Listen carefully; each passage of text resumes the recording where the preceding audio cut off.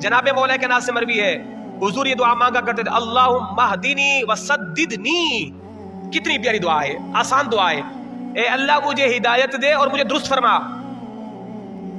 اے اللہ مجھے ہدایت دے اور مجھے درست فرما, درست تو مجھے ٹھیک کر. تو دعائیں کثرت کے ساتھ مانگا کرو, دعائیں کثرت کے ساتھ مانگا کرو.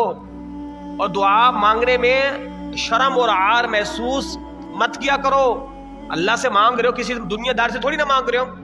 اور مانگا بھی بڑے اچھے طریقے سے کام کرو, ہاتھوں کو اٹھا کر اور جناب بڑی استقامت کے ساتھ. اے اللہ تو مجھے عطا فرما, اور تو نے عطا فرمانا ہے, تیرے علاوہ کوئی دینے والا ہے ہی نہیں, اور میں تیرے علاوہ کسی سے مانگوں گا بھی نہیں. تو نے مجھے پیدا کیا ہے, تو ہی مسبب الاسباب ہے, تو ہی میرا خالق ہے, تو ہی میرا مالک ہے.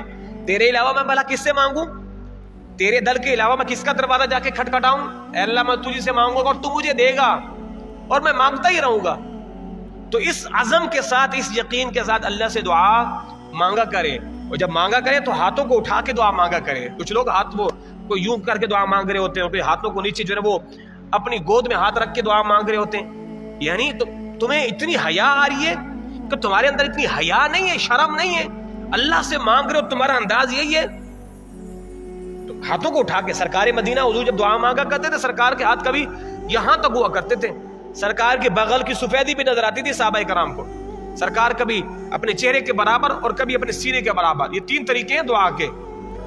اور جناب عالی یہ چہرے کے برابر یا پھر سینے کے برابر, یہ 3 طریقے ہیں دعا کے. یہ کوئی طریقہ تھوڑی آپ نے اپنے ہاتھوں کو گود میں رکھا ہوا ہے اور ہاتھ یوں بند کر کے بیٹھے ہوئے, اور ہاتھوں میں کئی لوگوں کو میں دیکھتا ہوں نماز کے دوران بھی دعائیں اول ہو رہی ہوتی ہے, وہ ناخنوں میں سے میل نکال رہے ہوتے ہیں دعا کے درمیان, یا ہاتھوں کے اندر وہ یوں خارش کر رہے ہوتے ہیں, وہ یوں کر رہے ہوتے ہیں.